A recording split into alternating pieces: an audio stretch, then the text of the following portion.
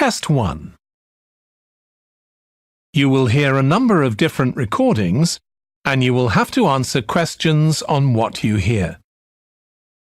There will be time for you to read the instructions and questions, and you will have a chance to check your work. All the recordings will be played once only. The test is in 4 sections. At the end of the test, you will be given 10 minutes to transfer your answers to an answer sheet. Now turn to Section 1.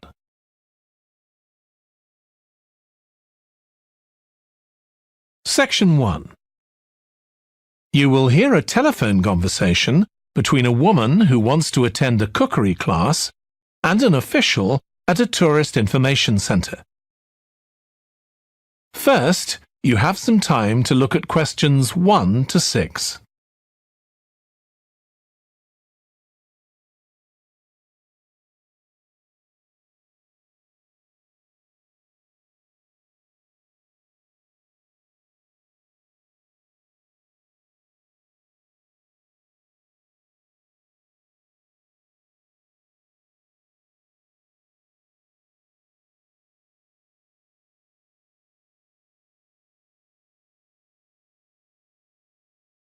You will see that there is an example that has been done for you.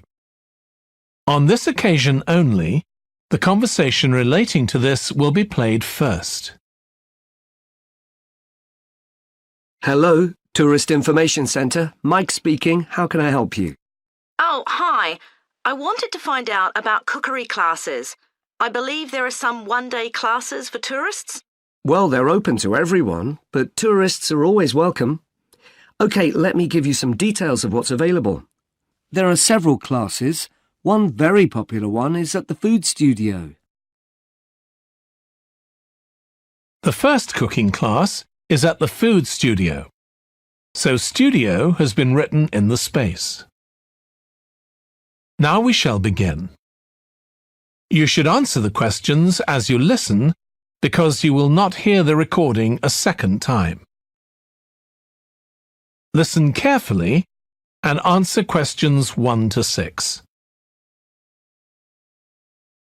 Hello, Tourist Information Centre. Mike speaking. How can I help you?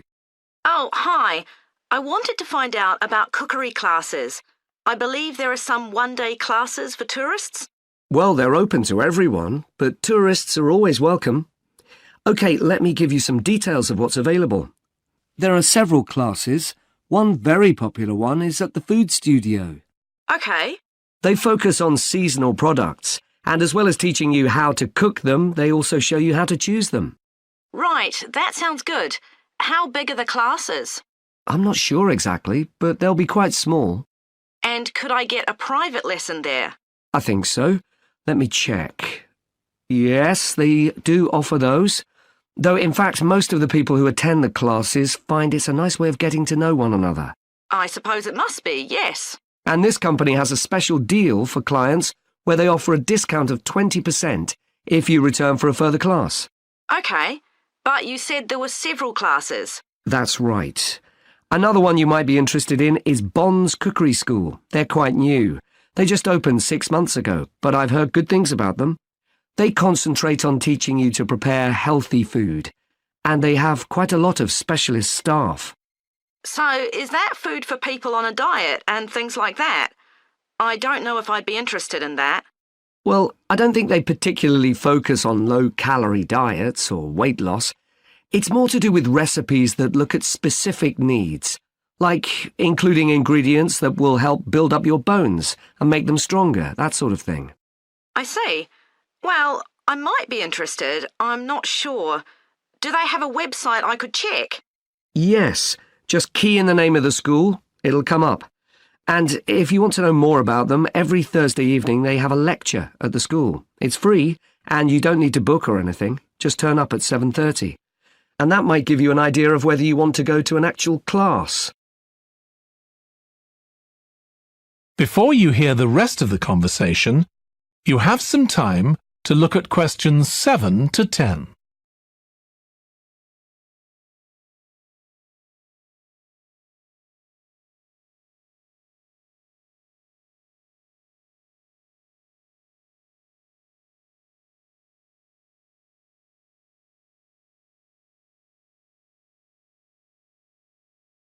Now listen and answer questions 7 to 10. OK, there's one more place you might be interested in. That's got a rather strange name. It's called the Aretsa Centre. That's spelled Arretsa. OK. They've got a very good reputation. They do a bit of meat and fish cookery, but they mostly specialise in vegetarian dishes. Right. That's certainly an area I'd like to learn more about. I've got lots of friends who don't eat meat. In fact, I think I might have seen that school today. Is it just by the market? That's right. So they don't have any problem getting their ingredients. They're right next door. And they also offer a special 2-hour course in how to use a knife. They cover all the different skills, buying them, sharpening, chopping techniques. It gets booked up quickly, though, so you'd need to check it was available. Right, well, thank you very much. I'll go and check that out. That is the end of section 1. You now have half a minute to check your answers.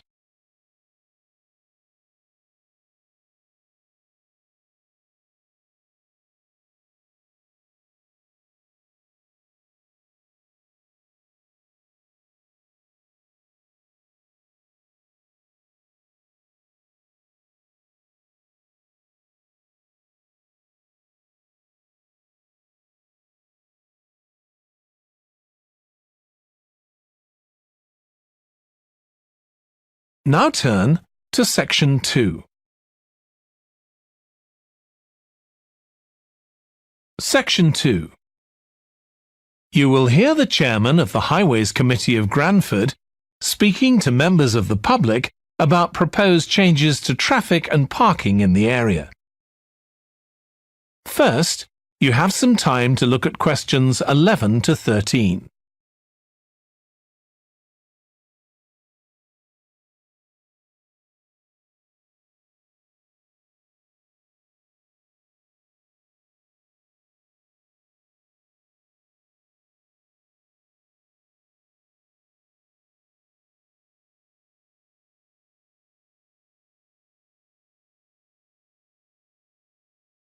Now listen carefully and answer questions 11 to 13. Good evening, everyone. My name's Phil Sutton, and I'm chairman of the Highways Committee.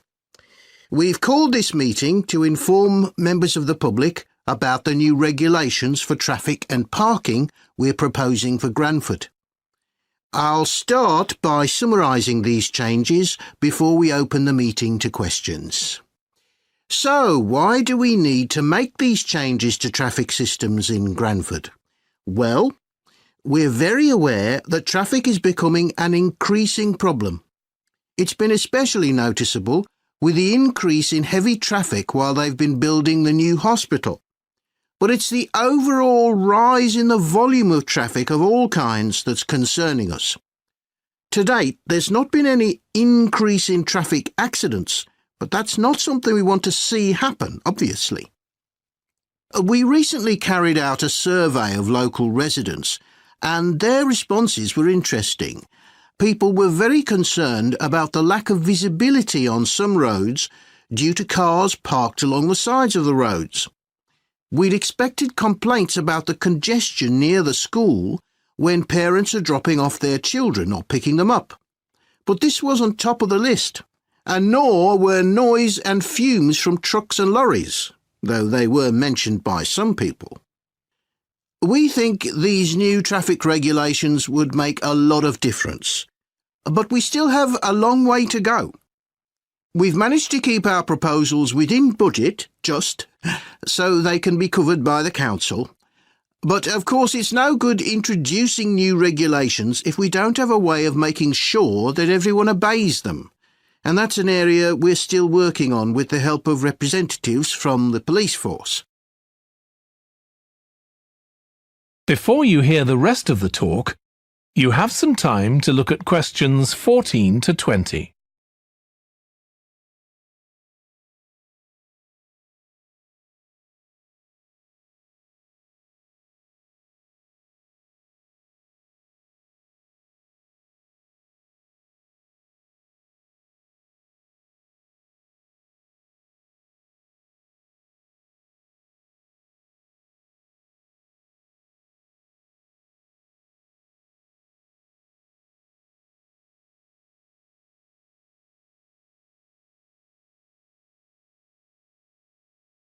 Now listen and answer questions 14 to 20.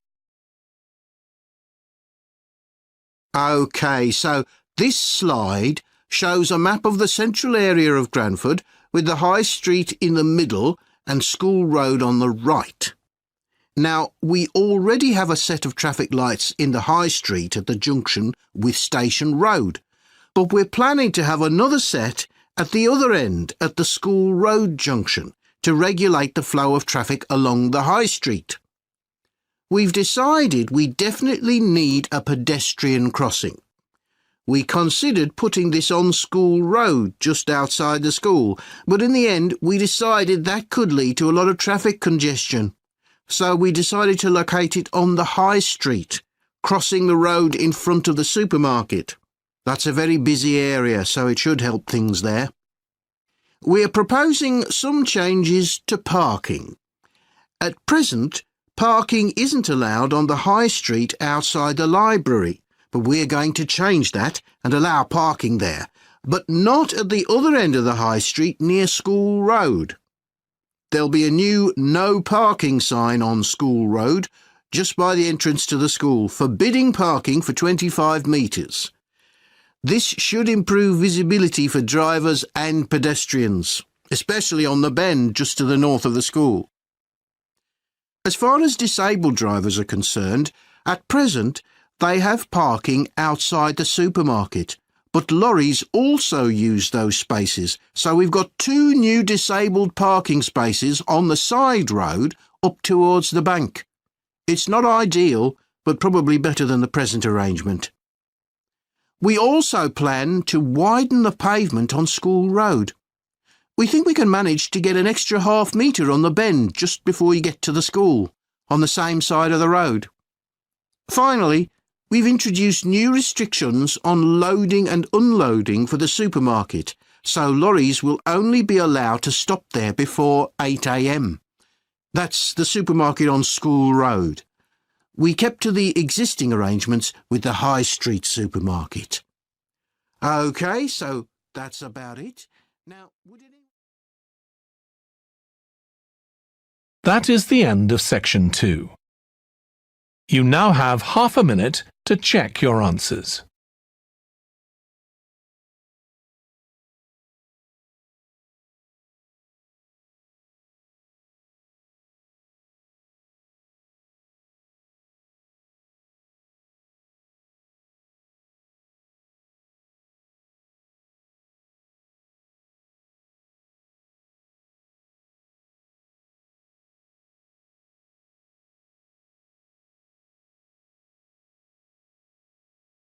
Now turn to section 3.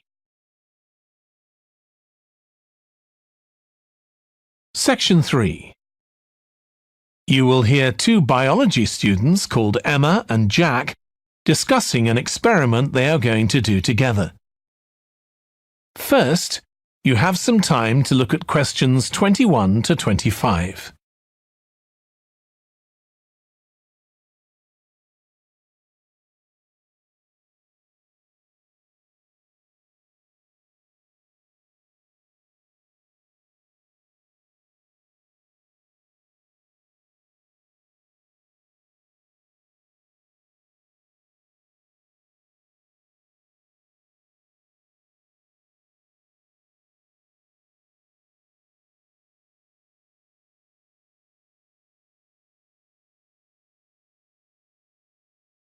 Now listen carefully and answer questions 21 to 25. We've got to choose a topic for our experiment, haven't we, Jack? Were you thinking of something to do with seeds? That's right. I thought we could look at seed germination, how a seed begins to grow. OK. Any particular reason? I know you're hoping to work in plant science eventually. Yeah, but practically everything we do is going to feed into that. No, there's an optional module on seed structure and function in the 3rd year that I might do. So I thought it might be useful for that. If I choose that option, I don't have to do a dissertation module. Good idea. Well, I thought for this experiment, We could look at the relationship between seed size and the way the seeds are planted, so we could plant different sized seeds in different ways and see which grow best. OK, we'd need to allow time for the seeds to come up. That should be fine if we start now. A lot of the other possible experiments need quite a bit longer. So that'd make it a good one to choose. And I don't suppose it'd need much equipment. We're not doing chemical analysis or anything. Though that's not really an issue. We've got plenty of equipment in the laboratory. Yeah, we need to have a word with the tutor if we're going to go ahead with it, though. I'm sure our aim's okay. It's not very ambitious, but the assignment's only 10% of our final mark, isn't it? But we need to be sure we're the only ones doing it. Yeah, it's only 5% actually, but it'd be a bit boring if everyone was doing it. Did you read that book on seed germination on our reading list? The one by Graves? I looked through it for my last experiment, though it wasn't all that relevant there. It would be for this experiment, though. I found it quite hard to follow. Lots about the theory, which I hadn't expected. Yes, I'd been hoping for something more practical. It does include references to the recent findings on genetically modified seeds, though. Yes, that was interesting. I read an article about seed germination by Lee Hall. About seeds that lie in the ground for ages and only germinate after a fire. That's the one. I knew a bit about it already, but not about this research. His analysis of figures comparing the times of the fires and the proportion of seeds that germinated was done in a lot of detail. Very impressive. Was that the article with the illustrations of early stages of plant development? They were very clear. I think those diagrams were in another article. Before you hear the rest of the discussion, you have some time to look at questions 26 to 30.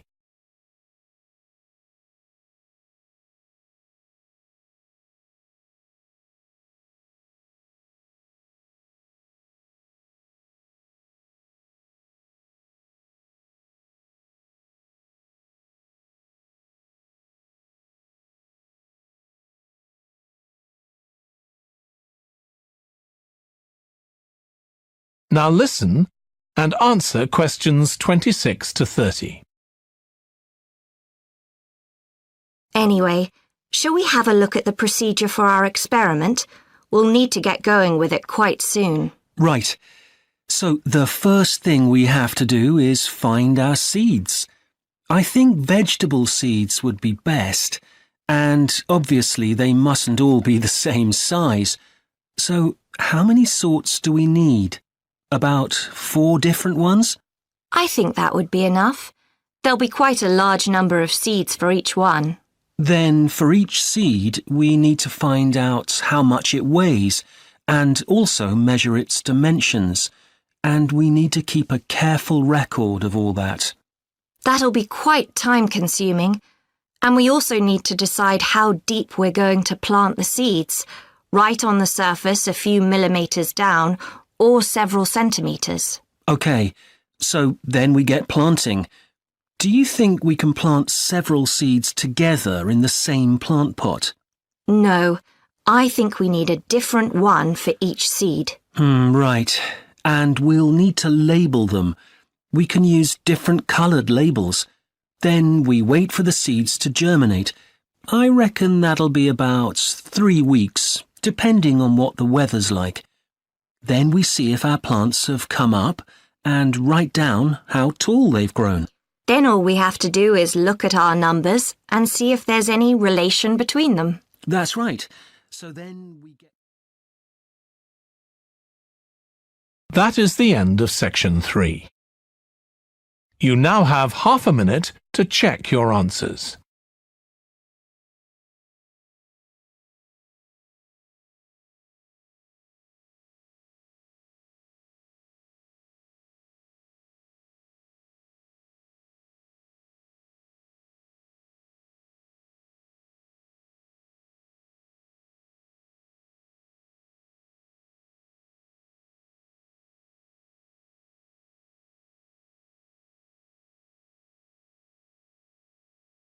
Now turn to Section 4. Section 4. You will hear part of a lecture on an environmental studies course about recent research on how animals are adapting to urban environments. First, you have some time to look at questions 31 to 40.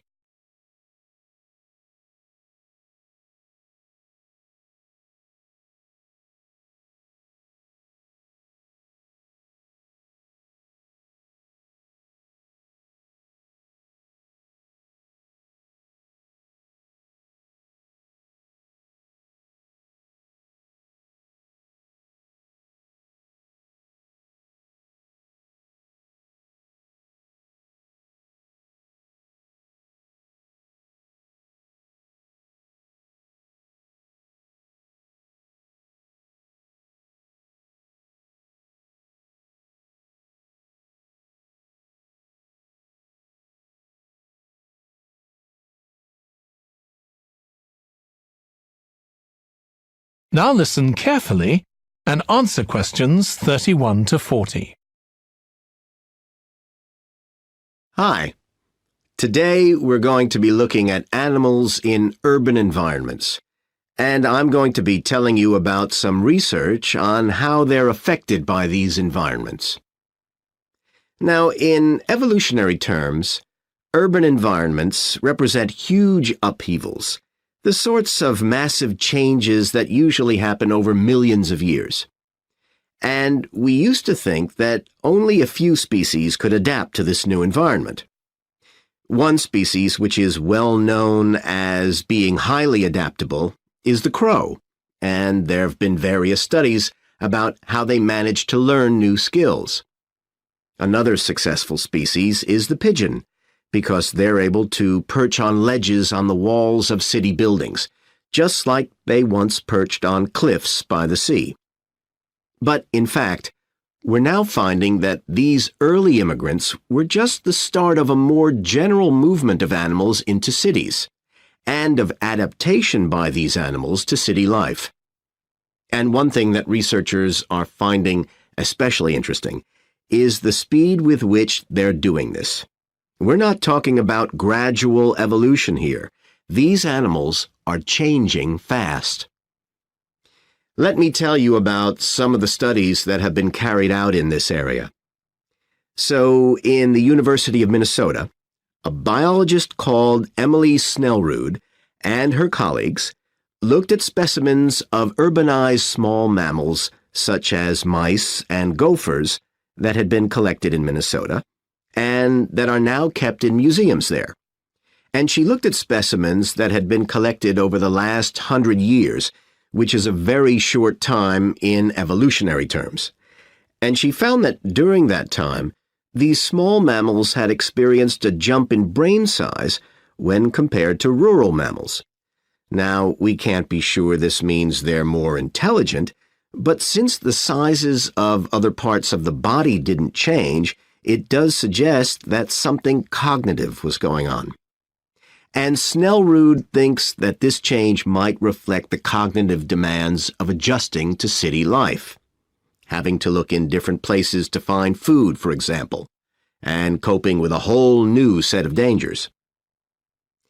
Then over in Germany, at the Max Planck Institute, there's another biologist called Katharina Miranda, who's done some experiments with blackbirds living in urban and rural areas, and she's been looking not at their anatomy, but at their behavior. So, as you might expect, she's found that the urban blackbirds tend to be quite bold. They're prepared to face up to a lot of threats that would frighten away their country counterparts. But there's one type of situation that does seem to frighten the urban blackbirds, and that's anything new, anything they haven't experienced before. And if you think about it, that's quite sensible for a bird living in the city.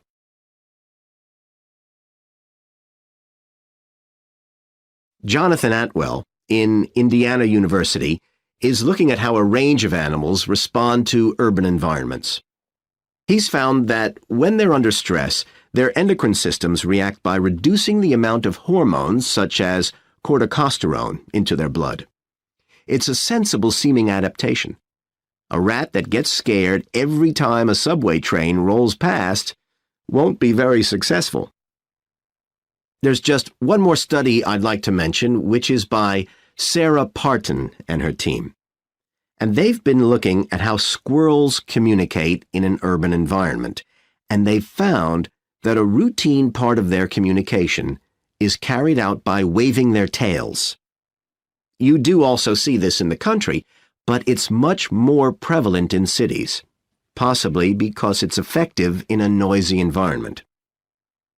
So, what are the long-term implications of this? One possibility is that we may see completely new species developing in cities. But on the other hand, it's possible that not all of these adaptations will be permanent. Once the animals got accustomed to its new environment, it may no longer need the features it's developed. So now we've had a look at adaptation. That is the end of section 4. You now have half a minute to check your answers.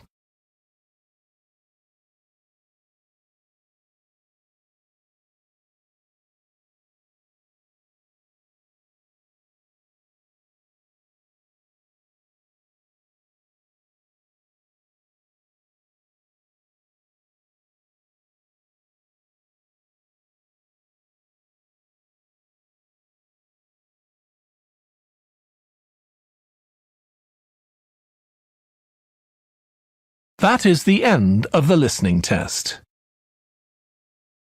In the IELTS test, you would now have 10 minutes to transfer your answers to the answer sheet.